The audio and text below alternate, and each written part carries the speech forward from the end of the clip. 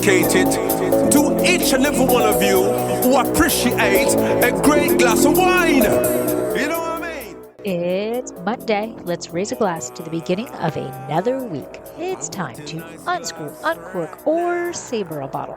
And let's begin exploring the wine glass. The third Thursday of September is International Grenache Day. I attended a webinar in celebration of the day with California wineries who all produce Grenache, or as I prefer to call it, Garnacha. The panel was moderated by Larry Schaffer of Tercero wines. I do love me some Garnacha and am always happy to learn more about the variety. The most intriguing concept for me during this conversation was the range of expressions the winemakers were able to create with this beautiful variety. While you are listening, it would be greatly appreciated if you could take 1 minute to subscribe, rate, and review. Only a few seconds of your time means so much to the show.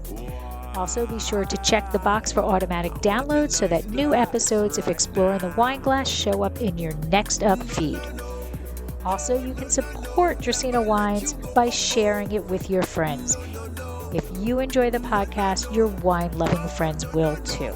Follow me on all the socials, and finally, don't forget to head to the website exploringthewineglass.com to read the blog, sign up for the newsletter, and keep up with all happenings. Slancha!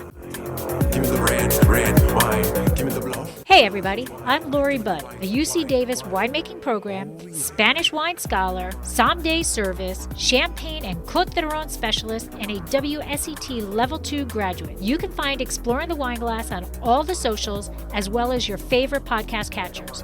If you haven't subscribed yet, now's the perfect time to swipe, subscribe, rate, and review.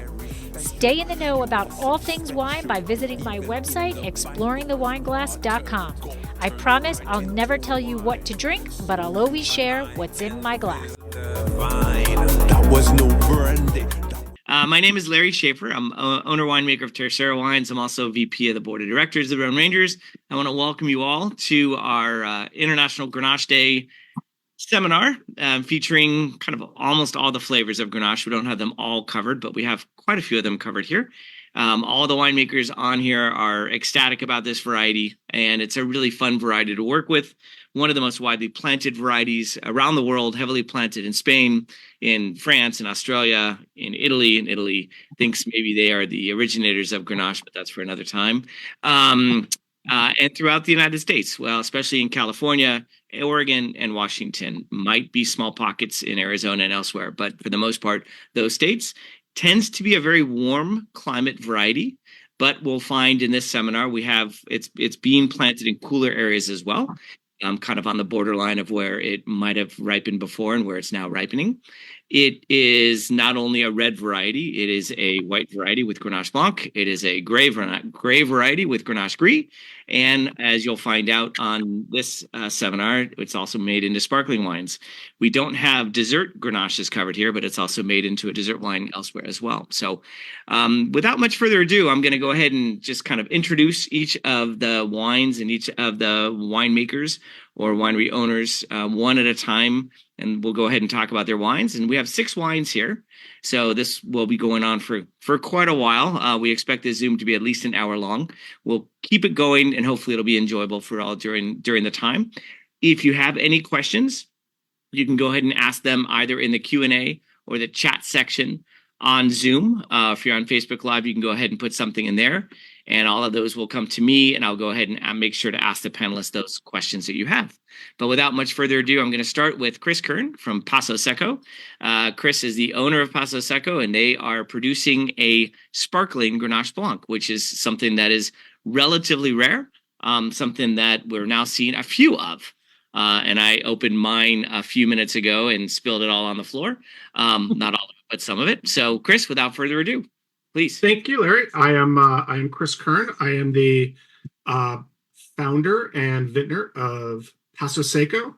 We are the best bubbles in Paso, the first and only Paso Robles winery doing Prosecco-style bubbles utilizing Paso Robles fruit. As Larry mentioned, this is our flagship wine. We are probably the newest winery of all of them here. We just launched last November with our first vintage, which is our flagship sparkling Grenache Blanc, grapes sourced from here in Paso Robles, east side of Paso Robles, the Rava Vineyards. We make this wine in the Charmat style. So we use the pressurized tank, commonly used in the making of Proseccos in Italy. As I said, we're the only Paso Robles winery doing the Charmat process utilizing Paso grapes. Fantastic. So this is your first vintage. It is. That we're trying here. And tell us a little bit about what the residual sugar is, kind of what the methodology is as well. Yeah, it's an interesting wine. My winemaker, Elizabeth Stilson, and I actually, along with some of our investors, some other winemakers whose palates I trust, who have made sparkling before. Before we made this wine, we actually did a blind tasting of 47 different sparkling wines, predominantly sparklings from Paso, but also some big box Prosecco brands as well. We had everybody rate the wines on a 5-point scale in about 5 different categories. We crunched those numbers, kind of came up with our own algorithm, pulled out the 6 wines that finished head and shoulders above everybody else, and then ran those wines through some laboratory testing to kind of come up with the guide rails to make this in the most crowd-pleasing style. So this is 14 grams of sugar per liter, which puts us right in the classic brut category. We actually did our dosage trials at 10, 12, and 14. And before I was convinced it was going to be 10, I wanted the driest wine possible. But when Elizabeth and I tried all 3, we looked at each other and we both agreed that 14 was right on the money to get that balance between the acidity, the tartness we want, but also bringing that fruit note up front. Fantastic. Well, it's definitely a sip by the pool or anytime sparkling. It's really enjoyable. Very, very fresh. Does not come across as sweet, but comes across as quite balanced. Yeah, we wanted that balance. We wanted a wine that obviously stood great on its own, but could also be a fantastic base for sparkling wine cocktails, your French 75s, your Aperol spritzes, of course, mimosas and all varieties. But mostly we really wanted it just to taste great, to be the type of wine that, like you said, you can sit by the pool, take to the beach, just enjoy on a Tuesday. We really strive to be the everyday bubbles, and our $29 price point for this, I think, really reflects that. And why Grenache Blanc? I've been such a fan of the Rhone Rangers for so long that when I made this wine, when I made the decision to start Paso Seco and make this wine, I really wanted to work with a Rhone varietal, a white Rhone varietal for our first vintage. We looked at a few others. I would have loved to have worked with Vermentino, also known as Roll, in the Rhone Valley, but there just wasn't enough of it for what we needed. Viognier can be a very tough grape to work with, especially on a sparkling side, but Grenache Blanc really hit the right notes for acidity, balance, for fruit, and the proper amount of proteins to do a sparkling wine with. Well, fantastic. Well, like I said, it is beautiful. It's nice and clean and very refreshing. I know you're doing a couple of other sparklings this harvest, so it'll be fun to kind of track what happens and where you go from there. We've got our next. Oh, go ahead, Larry. Sorry. No, go ahead. Sorry. I was just going to say, you're right. We actually just brought in the Grenache Blanc for our second vintage of Paso Seco on the Friday before Labor Day. So that is fermenting as we speak. And like you mentioned, we're going to be doing a sparkling Cinsault Rosé called Cinseco. That'll both of those wines will be released later this year, probably right around the middle of December in time for the holidays. Fantastic. And these are available on your website, I take it? Available on the website, or if you're in Paso Robles, there are 10 different locations that you can get these wines at, including Grape and Grains, Jeffrey's Wine Country Barbecue, Allegretto Resort, Brunch, even Park Cinemas, the movie theater. So enjoy some Paso Seco while you're checking out the latest flick, because popcorn and Paso Seco goes fantastic together. Fantastic. Well, thank you very much, Chris. It's beautiful. My pleasure. Thank you for having me. Of course. The next up is Carl Bowker from Caliza. Caliza has just moved locations, so we're very fortunate to have Carl here. And he is going to be talking about, Caliza is, in addition to the wine, which is the 2023 Grenache Blanc, which was just bottled and bottled in a very small quantity. So, Carl, go ahead and tell us a little bit about Caliza, about your love of Grenache Blanc, and about this wine in particular. All right. Well, very good. Cheers, and thanks to all of you. Thanks, Larry, for hosting, and the Rhone Rangers. Well, this was actually bottled. I was going to hold up. Yours looks. Wow, you have better vision. Um, this was actually bottled in late January, early February. And it's not yet released. We're releasing it next week, but we have pre-released it on our website for everybody to get if they are so inclined and love Grenache Blanc as we do. We actually only made 30 cases of this, so you're right. It's super limited. It was a single barrel, a single 265-liter barrel. And the reason for that, we do a lot of predominantly Rhone varieties in the wines we make. And we do a lot of Rhone whites, blends, and the like. But I really love this particular variety, and I really love to showcase it. And so when we have an opportunity and happen to have enough Grenache Blanc, it's not one of the varieties we grow. So when we are able to source enough of it to actually separate a little bit and make a single bottling of a single varietal bottling, I love to do that. So that's what we did here. I just love this variety and its expression of, acidity and also balanced really well with nice fruit flavors. I know the trend these days is very, to have really crisp, really bright, really acid-driven white wines, and I love those as well. But I personally feel that the wines also, a good white wine also has to have a backbone of some beautiful fruit flavors as well. And Grenache Blanc and Paso Robles really gives us both of those things. So some nice freshness, some nice brightness, but yet the tropical fruit flavors, the pineapple, a little bit of citrusy and orange and things of that nature really shine. And so that's why we did the single varietal bottling, just to showcase it and showcase what Paso can provide with this particular variety. Larry, we did actually move, but I want to make it perfectly clear. We moved only a mile or so away from our original location. So we're still here in the Willow Creek district of Paso Robles, not far. For all of you on the panel and all of you who are listening and visit and occasionally visit Paso Robles, certainly welcome you to come see our new location, where it's really special and really excited about it. Thank you. And thank you for the correction. And yeah, it's a beautiful Grenache Blanc. It has some wonderful texture. I agree with you. I think Grenache Blanc oftentimes is made either very steely or made with a lot of richness, but also possibly some perceived sweetness. And this is in between. It's certainly dry. It's certainly crisp, but that oak gives it a nice texture, a nice middle that oftentimes is lacking in Grenache Blancs that people are trying to make into very steely versions of it. Yeah, for sure. And we do Grenache Blanc. We do all the Rhone whites into various things, whether that's be concrete tanks or stainless steel barrels. And also, some wood barrels and some French oak barrels that really add some balance. So for us, it's all about making wines that have a complete palate, a complete texture and flavors, and also just, again, back to that word balance, that they have all the things that are I feel are necessary in a perfectly rounded wine.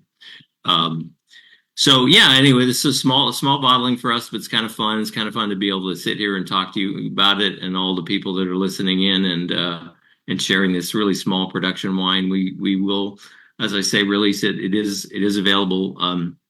I think it was Larry, when you sent out information, and or Kim, it was the link was there. We did put it up just so that people attending this webinar could jump on it if they were interested. We'd love to be able to ship you some. And the link is also in the chat area. The other thing I noticed about this wine, Grenache Blanc has a tendency of getting quite bitter. And this wine doesn't have any of that bitter quality. Is there anything you did to tame that bitterness at all? Nothing specific. I think at Kaliza, we always goal for have a goal of producing dry wines. I mean, this is less than a gram per liter of residual sugar. But we love that idea of the perceived sweetness, the roundness, the richness that does tend to soften off the back end where you can get that bitterness. To me, there's nothing worse than a bitter wine that doesn't finish rewarding you in a way. So yeah, it's just part of our style, and there's a lot of barrel stirring in this particular case just to fill out that richness and bring those flavors together. Yeah, just a fun wine for, sipping with just a cheese plate and then cheese and fruit and the like. But this is a wine that I think is fantastic with scallops and other shellfish and seafood. Really, and I know you're not all tasting it, but to me, it's just incredibly mouth-watering, and it gets you salivating, and it gets you ready for the next bite of whatever you're eating. Fantastic. And what's the retail price on this again? It's $50. Okay. All right. Well, thank you very much. It's very, very, very, very nice. I appreciate it. Christina Lopez is up next. Christina is with Acquiesce Winery in Lodi, and Christina is going to be talking about their 2023 rosé. So, Christina, you're up. Hey, Larry. Thanks for thinking of Acquiesce and putting together this great panel. Christina, I'm with Acquiesce Winery. I started here in 2021. We focus on Rhone varieties, but not just Rhone varieties, white Rhone varieties. So now we have about 9 Rhone varieties on property. We just planted Grenache Gris and Cinsault, which we're really excited about. So we'll have Grenache Blanc, Grenache Noir, and Grenache Gris on property, and that should come online next year, that we're really excited about. For this 2023 rosé, when 2023 was a really banger year for us. We got Lodi's a bit of a hotter climate. We got really cool weather, and our chemistry was really on point. It was probably our latest start date, and probably our latest finish as well. But I really fell in love with Rhone wines when I was working in Walla Walla and getting my degree up there. And when I was tasting this wine and smelling this wine, thinking about blending, previous we've blended a little bit of Cinsault in there and even a little bit of Beurre Blanc, but this reminded me of riding my bicycle next to a strawberry field when I was up in Walla Walla. So I really wanted to let that shine through. So that's one thing that really pops out to me when tasting this wine. Yeah, no, it's a beautiful wine. When I opened it earlier today, that's the very first thing I thought of. I mean, I know oftentimes when we drink rosés, the color sometimes dictates what we smell. It seems that I get that often in my tasting room. I make a Mourvedre rosé that's incredibly light in color, and people are confused because they want to have a picture clue. But in this case, I mean, I got wild strawberries right from the get-go. Wild strawberries and a touch of herbs, which I just find really enticing. Yeah, one thing that's really consistent when we're making this wine is we always get watermelon in some form or another. In past years, it's been like watermelon, Jolly Rancher, but that herby element that you mentioned, I get watermelon and mint, like a watermelon mint salad coming off of it, but it really wanted to push that red. So I just kind of let it be, and it's 100% Grenache, so we didn't do any blending in the end. And was this direct to press, or was it on the skins for a bit? Yeah, it's direct to press. And as you know, Grenache is hard to get some color out of. We are not set up to be... We're a white wine winery, so we're not really set up to crush and destem and cold soak. So we do a portion direct to press, and then we take a little small portion and let ferment on skins for about a day or two. And then we add it back in there. So that's how we obtain color. Fantastic. And so what percentage is on the skins? Like 10% or? I think this one came out to be around 8%. Okay. But it veers for between 8 and I think 15%. And then aged in stainless steel from there, or aged in a combination of different things? All in stainless steel. Yeah, we really want to keep that freshness. And what we've been playing with recently is lees. So we've done a little bit of lee stirring, and that's how we kind of add a little bit of that weight and complexity in the mid palate. We started that in 2021 with a little bit of lee stirring. So we're just using that tool to get a little bit more of a spherical palette. Just holding my glass up so people can see the color. Yeah, no, it's an absolutely beautiful color. And what is the retail price on it? We're looking at $34.50. Our wine club members get 20% off, so they get 20% off of that. We really I had a light bulb moment with this wine a couple years ago in terms of pairing. Pupusas.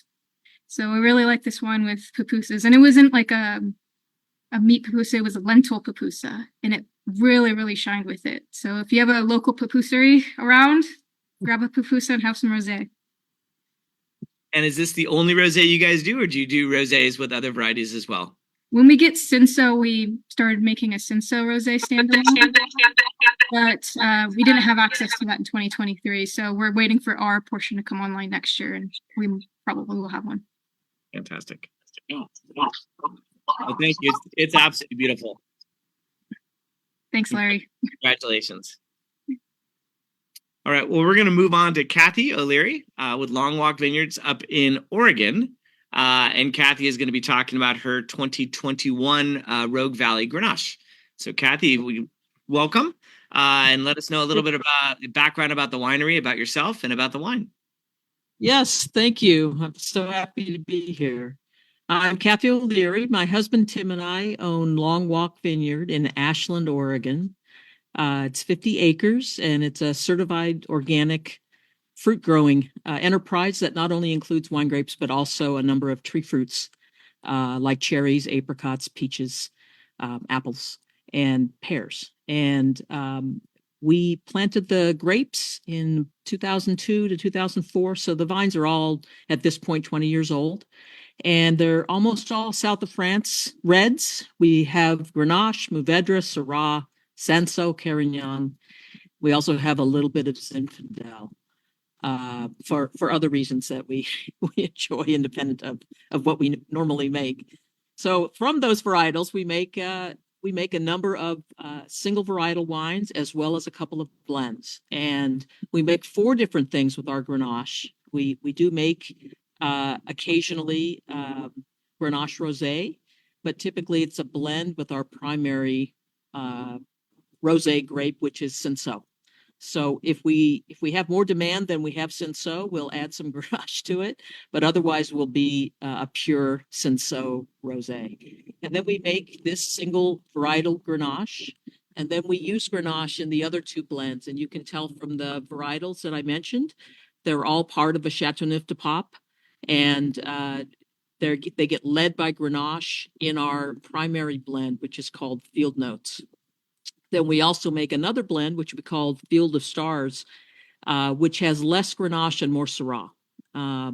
But we find that the Grenache grape is part of all of those different offerings, and very successful part of it. I can also tell you that the Grenache is the first off of our vineyard. It's the earliest ripening.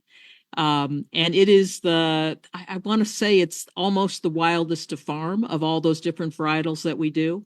It's each year it is so indicative of the growing season, if you will, that you really have to manage what you see in the vineyard, because it's one year you're wrestling with way too much fruit, and even though you don't think you're going to get too much fruit, it has other ideas. And then some years you feel like, where did the fruit go? Where is it? So it seems to be the one that gives us more headaches during the actual farming exercise.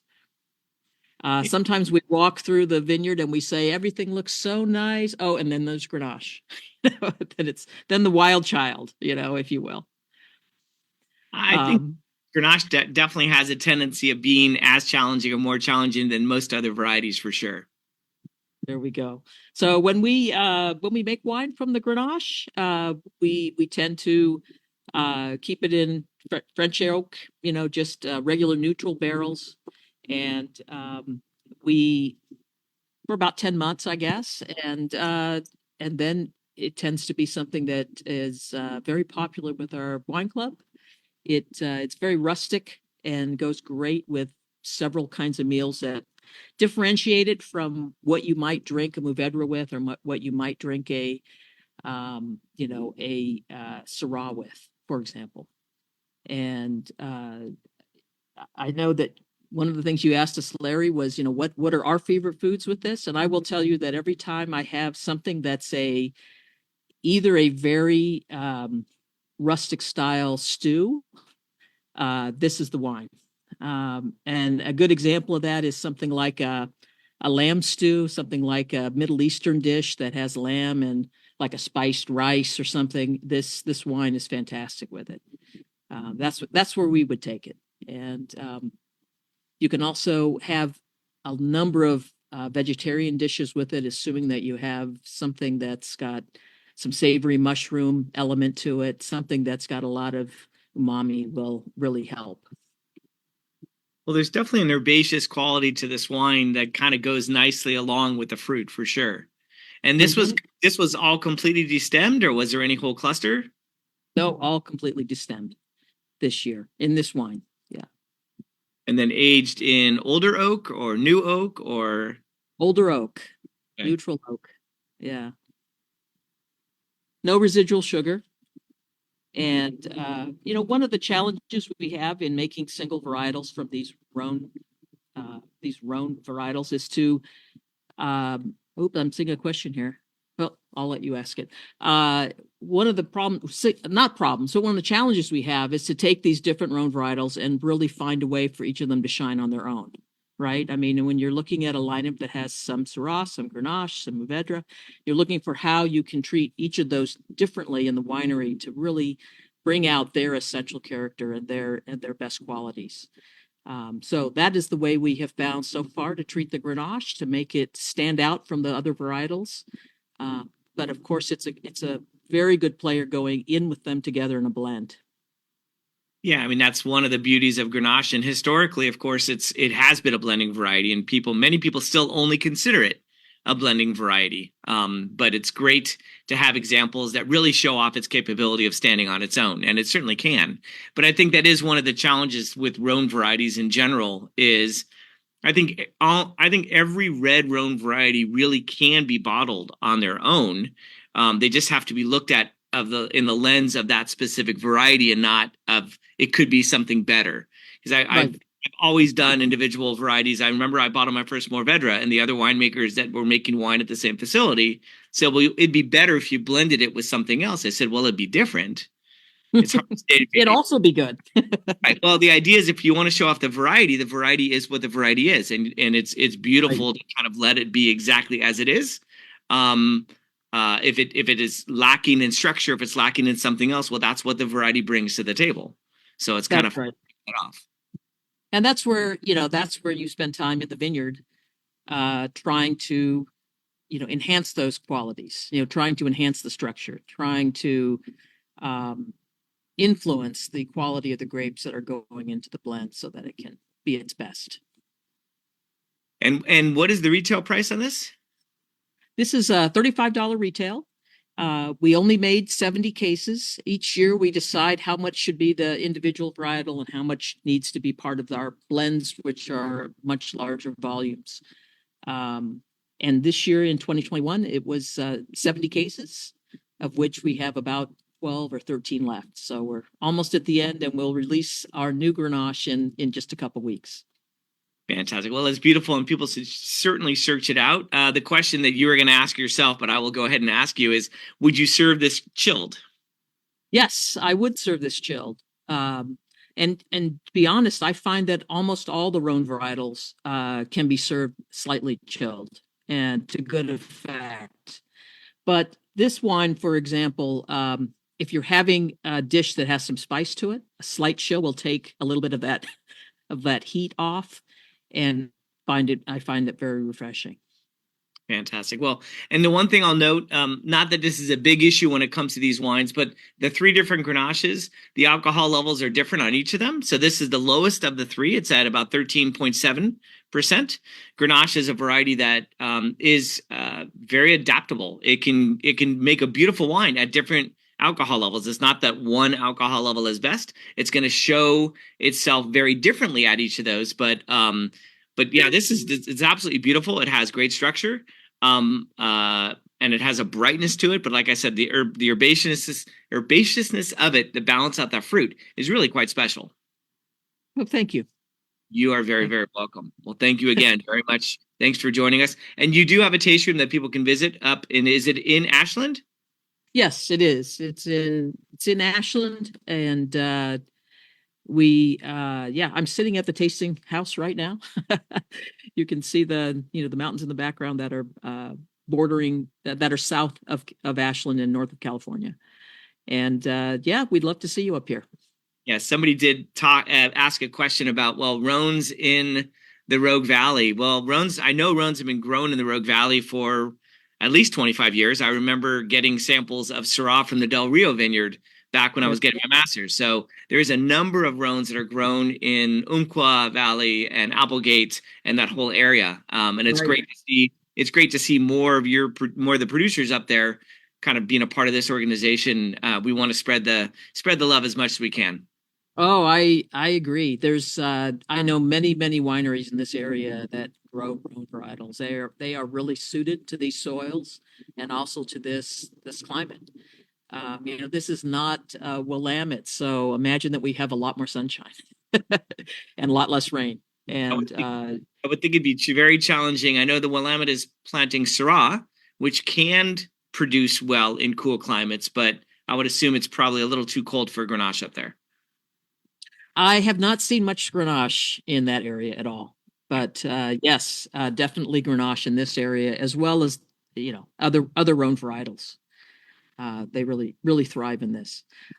Just to share, our rainfall here in where we are here in Ashland is just a little less than what you would get in San Francisco. So it's 17 inches a year, which I don't know what you get in Paso. What do you get in Paso? Carl?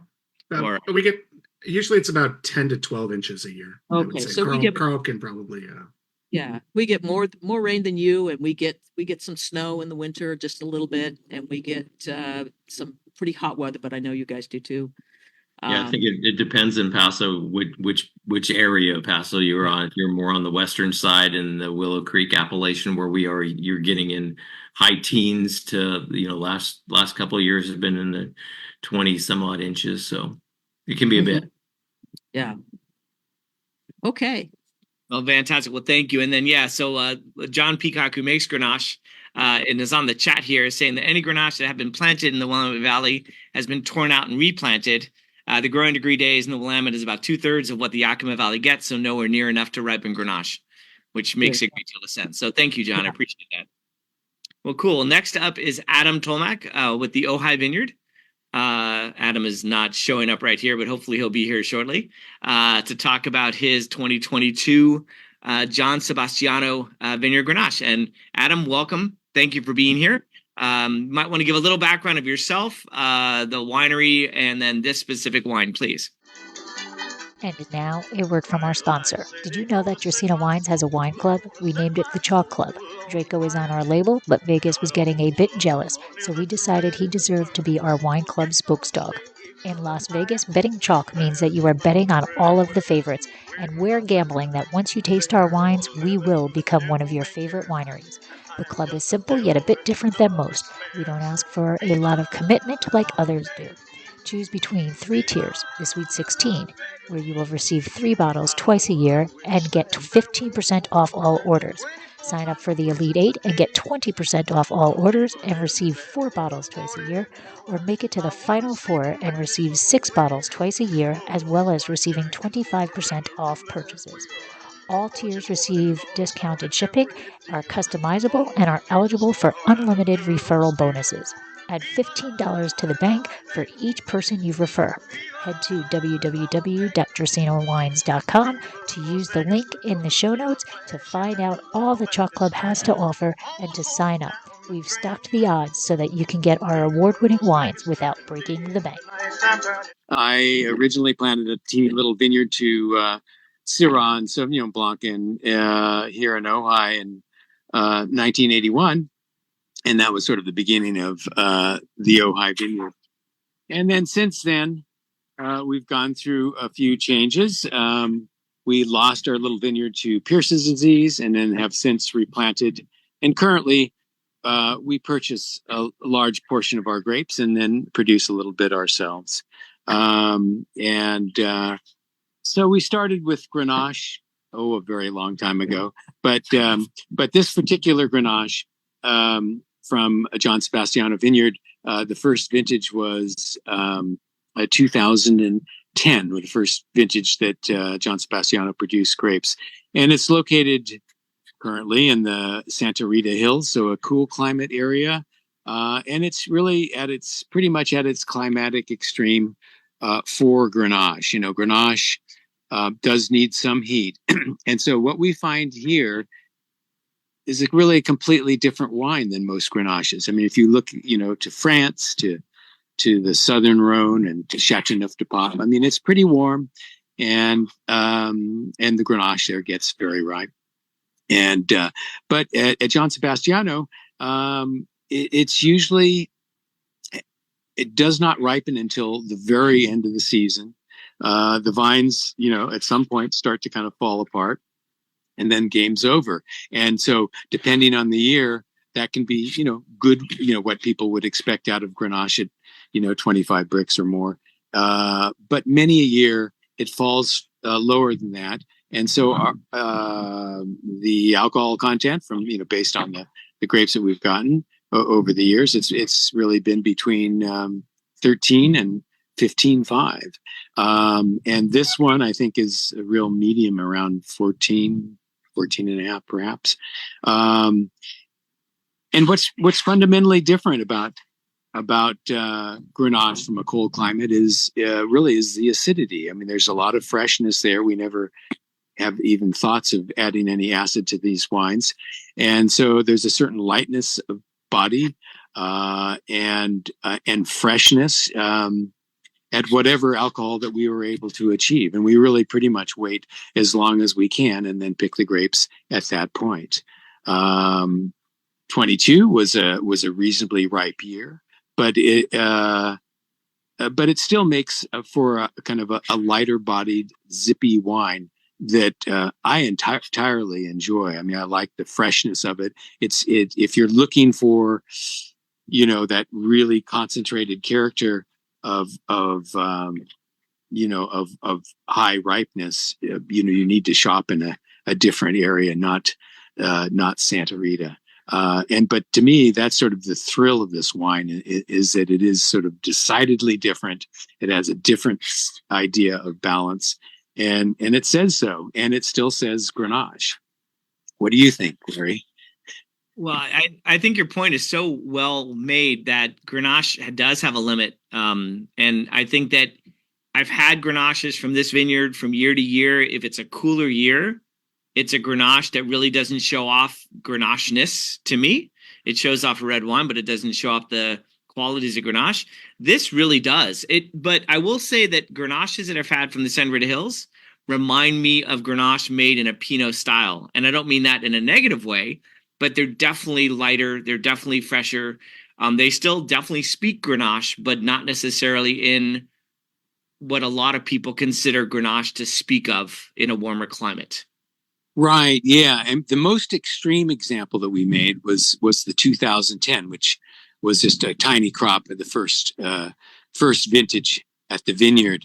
And I mean, it just was totally the end of the season, and the leaves had mostly fallen off, and we were at about 21 bricks and had astronomical acidity. The wine was pretty tough in its youth, but after, right about now, so what's that, 14 years, there's still, I mean, I'm going to disagree with you and say, I still think that there's a Grenache character there. There's sort of that delicious raspberry quality that you can get. And that there's nothing quite like it. Thankfully, we've got more ripeness than that in later vintages, because that one was something of an anomaly. And you had mentioned last time we met that I need to try that 2010. So the next time we get together, I'm going to do. But I think that raspberry quality is something that is a little different for Grenache. Grenache tends to speak more of like a bright strawberry quality. And when you get that raspberry and some of the florals and some of the other things, I think that's a little more unique to a cooler climate. Oh, absolutely. Totally agree. And that's what's interesting about, this particular vineyard is it just, it's wildly different, and not everybody accepts it. I mean, the reviewers, rarely like this wine from me because it's just so decidedly different. It just doesn't quite fit the mold of what people are used to. But I guess I delight in that. Do you make Grenache from other vineyards as well? Well, we have in the past, but this is really our only Grenache we've made since 2010, with the exception of 2023. We made a little bit of Grenache from another vineyard. We'll see how that all plays out in the future. But it's also another cool climate Grenache. It's from Sabata Canyon and just outside of Lompoc. Yeah, no, it's the nose in this is quite mesmerizing. I really don't want to take my nose out of it, but you're right. The acid level is nice and high. It is a wonderful food wine. It definitely, Grenache has a tendency of being that it can be a bruiser of a wine where you want to serve it with barbecue, or you want to serve it with other things. This has a more delicate quality to it that I think makes it a very versatile wine. Yeah. I mean, I like to think so, but yeah, it doesn't work as a cocktail wine in particular, where a big, ripe, rich thing might be a little more pleasing to some folks. And what did you do any whole cluster on this? Winemaking. When I first started making them, they were all 100% destemmed. But then after a few years, I felt like something was missing. And so we've introduced between 25 and 35% whole cluster into the fermentation. It softens the acidity a little bit. It adds a different dimension texturally. And then I'm doing some other things too. So the wine is okay. It's fermented in open top fermenters. Gets punched down or pumped over. My predilection these days is pumping over, actually. And we're okay with fairly warm ferment, though with the whole clusters, it doesn't really ever get too crazy. Maybe to 90 degrees in the cap, but not too much more than that. Juice probably in the mid 80s. And then it's pressed off. And we are very concerned about the tannins. Grenache can be extremely tannic. And so it's not a really long time on the skins, 10 days to 2 weeks. And then we press it off and it goes into barrel. And so for the last few years, this wine included, this was a native yeast fermentation. No SO2 was added prior to fermentation at all. And then it fermented, it got pressed off into barrel and remains on the lees, the yeast lees, for its entire life, which is about 16 months, and also all without sulfites all the way through. And then at that point, it's not fined or filtered, but it's carefully separated from the yeast at the bottom of the barrels, put into a bottling tank, and we add a small amount of sulfites, and then bottle it. That's basically the process for us. So you press it, but you don't settle it. You go directly to barrel. Well, that's not true. No. We press it and then settle it in a tank for 24 to 48 hours. And the main reason for that is to avoid reduction problems. Yeah. Okay. But that being said, typically the Grenache, because there's some whole cluster there, when it's pressed, there's oftentimes residual sugar, and so it's fermenting, and so it goes into the barrel and has a few grams or a number of grams of sugar to finish fermenting, and it's never racked off of that yeast lees until shortly before bottling. And so what does that give me? Well, I feel like the lees kind of gives a little length to the wine. Grenache is it is what it is, and I feel like there's something about it that demands a little bit of the whole cluster and demands a little bit of the lees contact, just to kind of give you a fuller, more complete wine. No, I agree. And I think that having it on the lees also helps with SO2, without a doubt. It definitely is a sink for that, and requires less of it. And I think it keeps a wine fresher longer. Mm-hmm. I don't have any scientific proof of that, but it just seems that by not racking the wine off of those, you're moving the wine less, keeping it more tightly wound for a longer period of time. Right. Yeah. Yeah, and the stems also kind of add to that effect as well as the non-racking, because I feel like the stems give it extra tannins to allow it to age without the SO2. Now, you've been making Rhone varieties for over 40 years. What is it about Grenache that you find unique compared to the other varieties you work with? What's cool about Grenache is, to me, is that, I mean, there is some of the delicacy of Pinot Noir. I mean, you see that from some producers, in Chateauneuf and the Southern Rhone, where, I mean, they can be very, forthright, but there are producers who make it in a slightly more delicate way. I kind of like that aspect about it. I mean, you can in a warmer climate, you can get the Grenache riper and then thus more like hardy. The fruit that I'm dealing with here just doesn't ever seem to have that hardiness. There's always a kind of a piercing freshness to it, and that's very distinctively different than, say, Syrah, which is always, so fruit filled and so dense. It acts in a completely different way in the cellar than Grenache does, and Grenache has been interesting because it's not.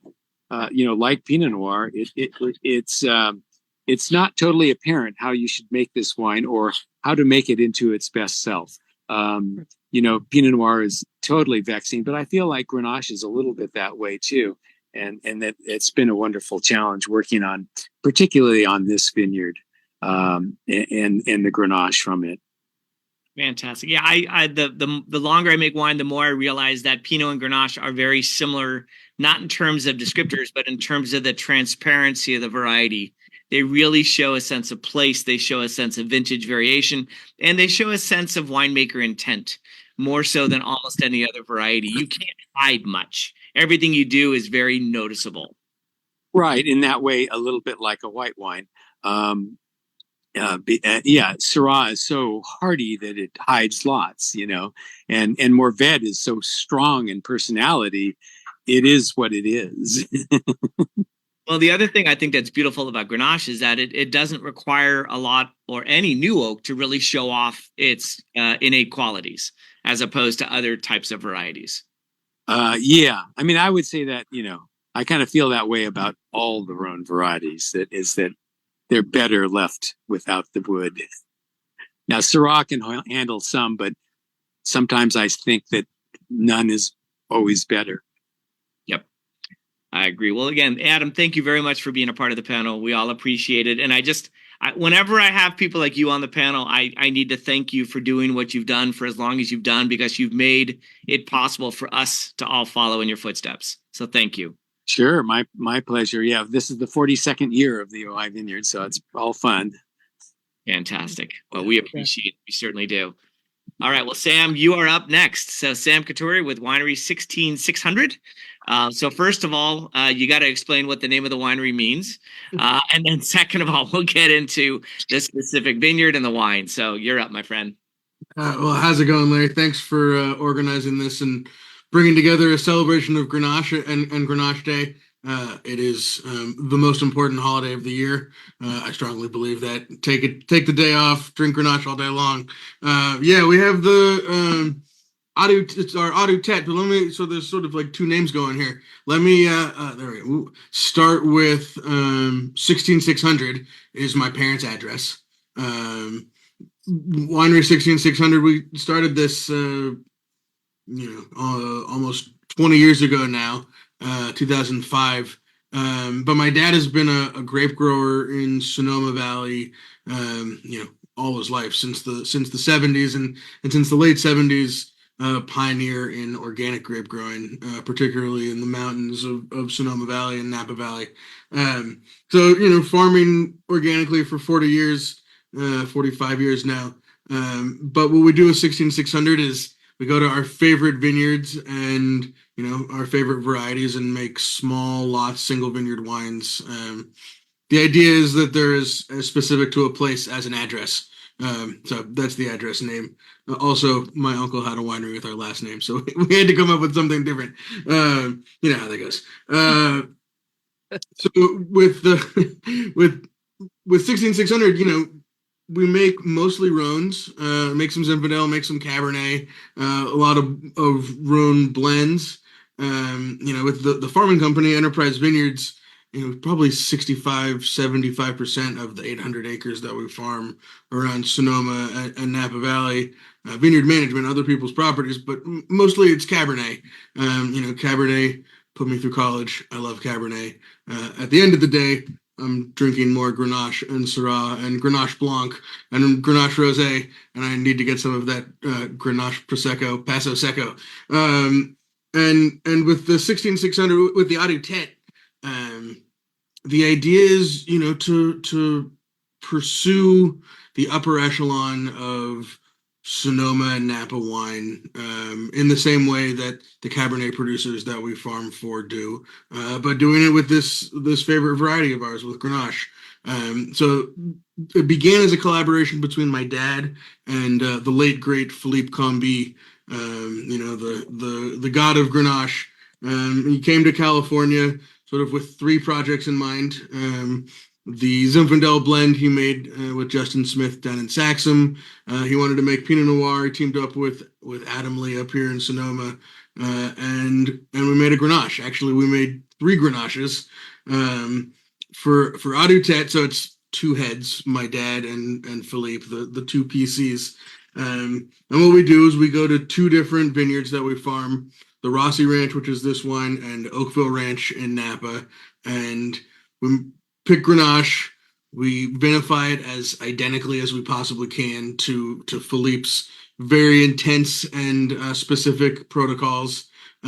Bring it up in the same barrels, and bottle it at the same time, and try and capture the differences between the 2 vineyards. And one thing that we love about Grenache is how readily it expresses the site that it's grown in. So, that's what we do with this one.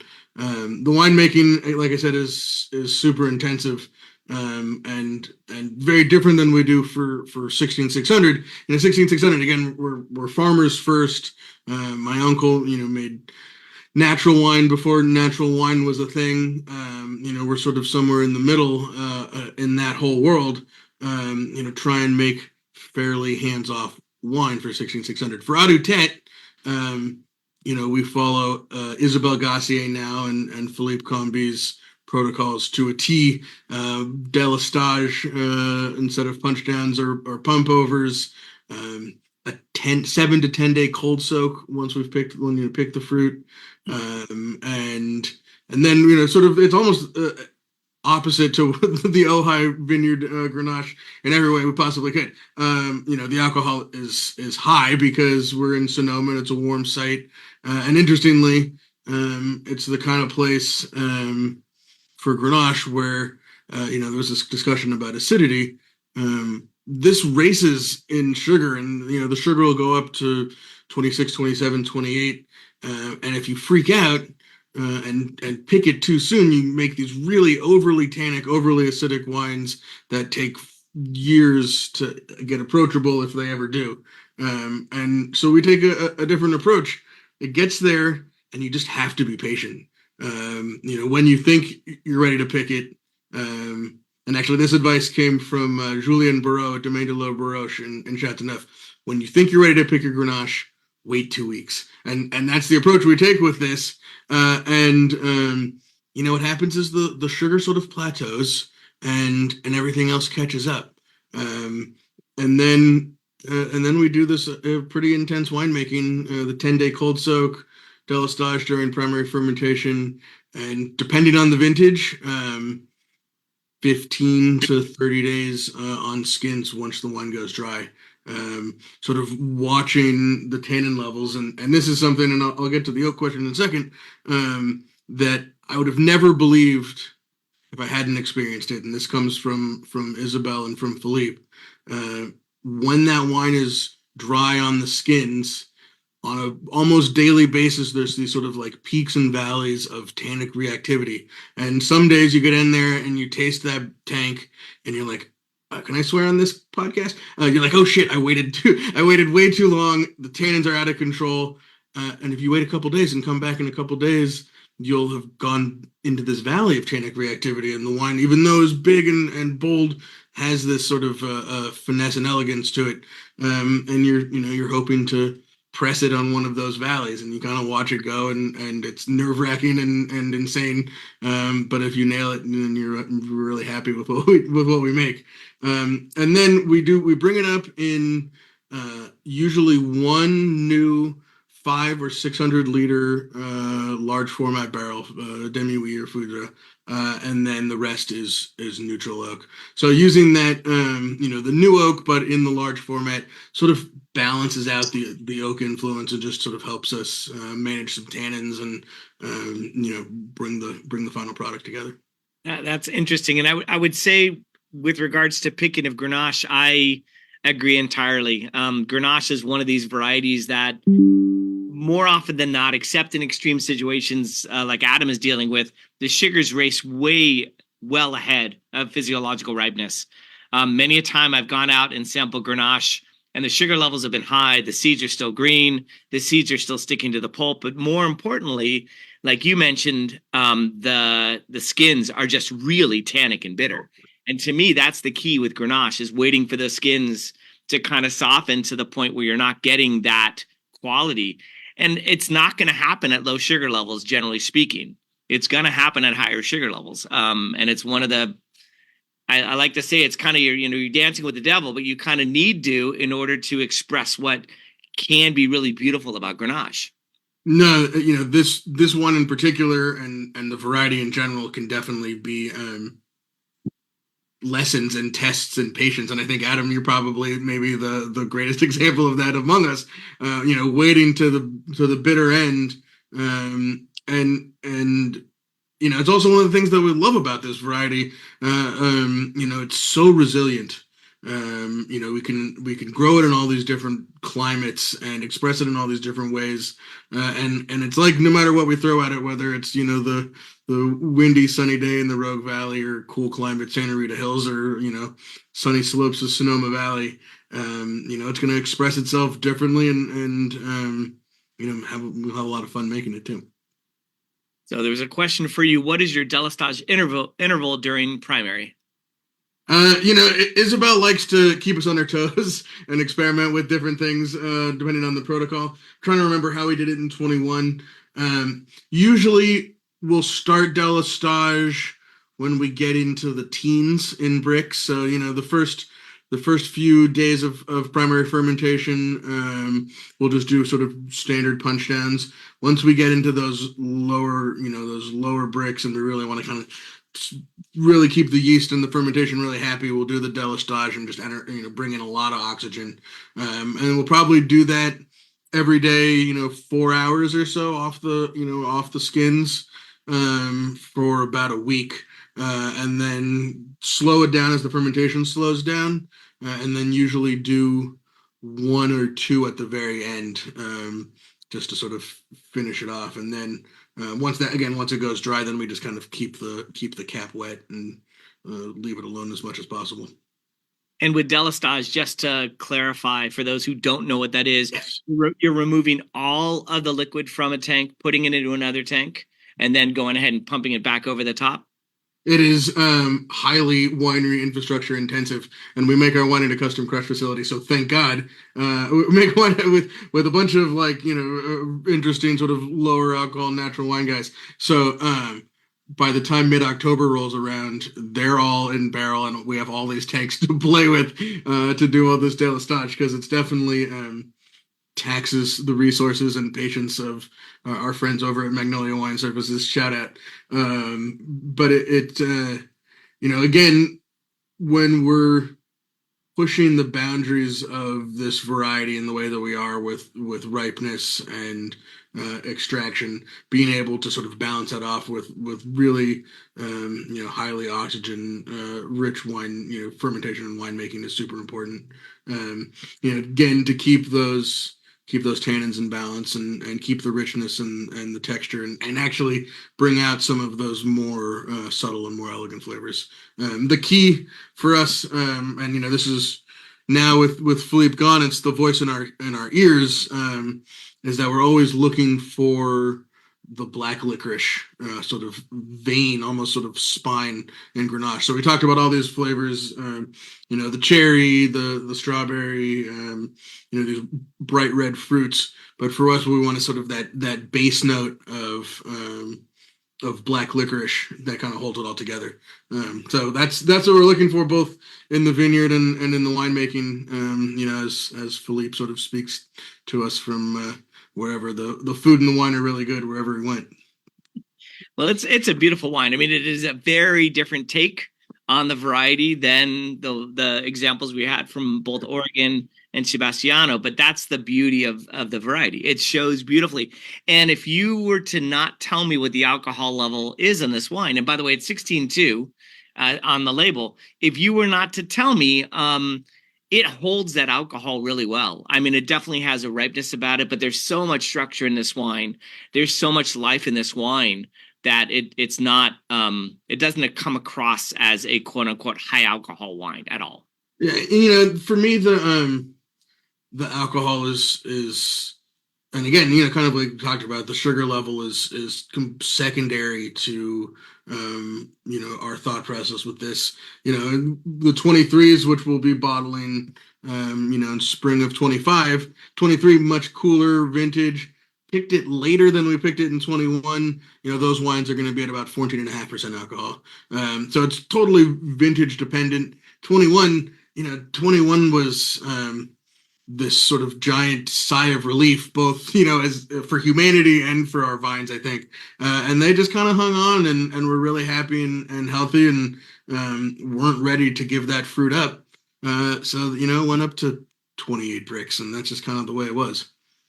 And last question: do you make Grenache from other than those two vineyards? Any other vineyards? So we make. I make actually in 21. I made a Grenache, 100% Grenache from the Rossi Ranch, more 16600 style, sort of just punch downs and neutral barriques. I did a Grenache blend from there. We make a Grenache from the Steel Plow Vineyard, landmark winery in Kenwood. We have a Moon Mountain District Grenache from actually neighboring my parents' house. The address is 16900 Norbum Road, in case anybody wants to take a drive. And that's a amazing vineyard we call Muchas Piedras. It's Grenache interplanted with a long row of Mourvedre and a couple dozen vines of Alicante Boucher. So it's our sort of signature Moon Mountain District grown blend. Do I have any other Grenaches? Sometimes we get things. The crazy thing about being, a winery associated with a prolific farming company is, and especially a year like this where there's lots of fruit available. I don't know what I'm going to make going into. It's terrible for the accountants and the budgeting, but it's great for the wine club. We don't know. We don't always know what we're going to make. Yeah, I like to say that being a winemaker, I think every winemaker is slightly ADD, and every harvest comes up, you're like, that's available, but at some point you need to kind of say, well, it all needs to make sense in the end. So sometimes it's best not to get too crazy. So I know there was a question about oak, but I think we pretty much answered that because I think everyone kind of addressed oak. I didn't get so Sam, the price on this wine. Yeah, this is definitely, also we position this as a cult wine. We make 100 cases of the two vineyards, and it's $105 a bottle. And we also sell it as, and there's some marginal, I think, discounts when you buy the two different vineyards or buy verticals on the website right now. But it's definitely made to age, made to lay down, made to really be collectible and classic. So we have the 18s are great right now. The 19s are coming into it. 21 still, as you know, Larry, you got a new glass. It's taken it's ready, but it's taken all day to get there. So this wine has definitely got a long life ahead of it. I'll be enjoying it for the next 3-4 days, I'm sure. And then Adam, I forgot to ask the retail price on your Grenache as well. Okay, yeah, $42. Okay. Hey, and there, so Sam, that was great. The description of what you do and how you do it is really totally fascinated. Thank you. You're welcome. It's it's been such a learning experience for for all of us, and including the people at the wineries that we work at. Trying to follow these, the very specific and very French protocol that Philippe and now Isabel send our way, and everything's a little bit different, and we try our best and learn a lot in the process. Yeah, I mean, Philippe's wines are pretty amazing wines. They're incredible. So there was a question about Grenache Blanc. And does anyone else in Europe make a wine that is predominantly Grenache Blanc? I know there's plenty of Spanish producers who make 100% Grenache Blancs.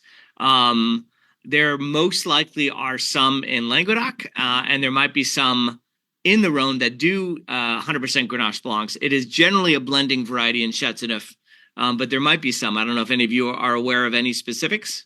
I know Baroche has a 100% Claret Blanche that they call pure white. That as a red label, but there's no Grenache that I know of. Grenache Blanc.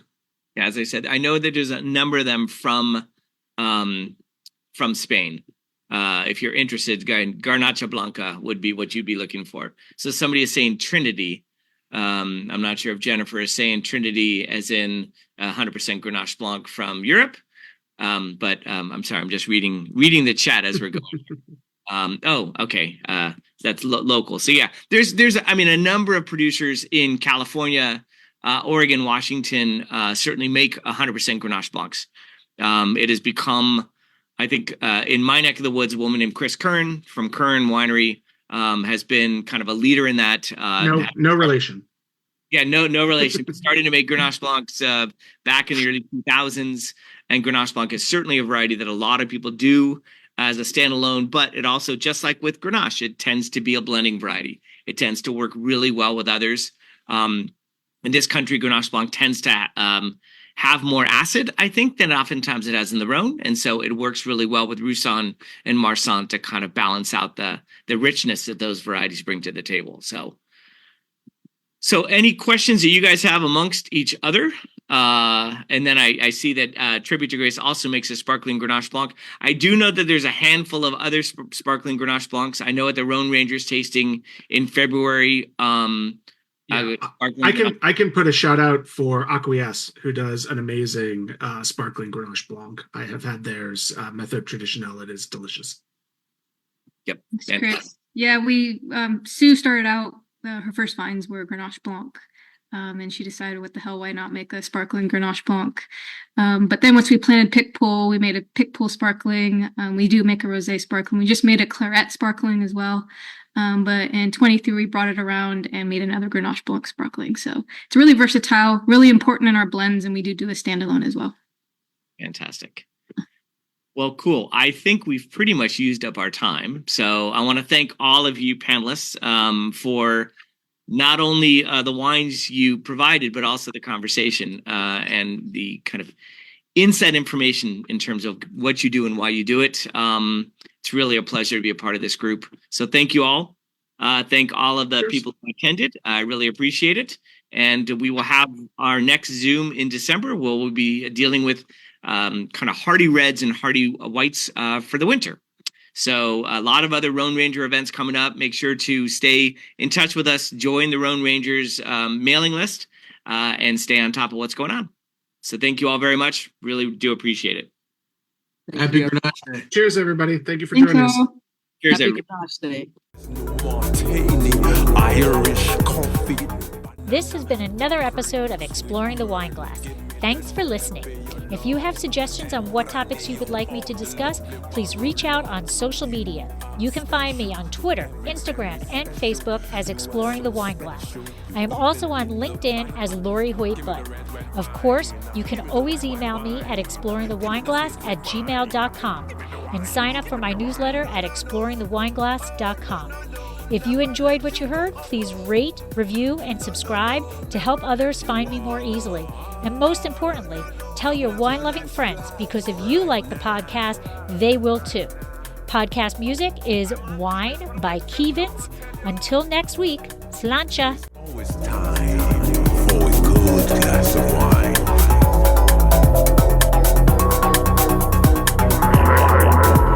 No, oh, no, never let you go.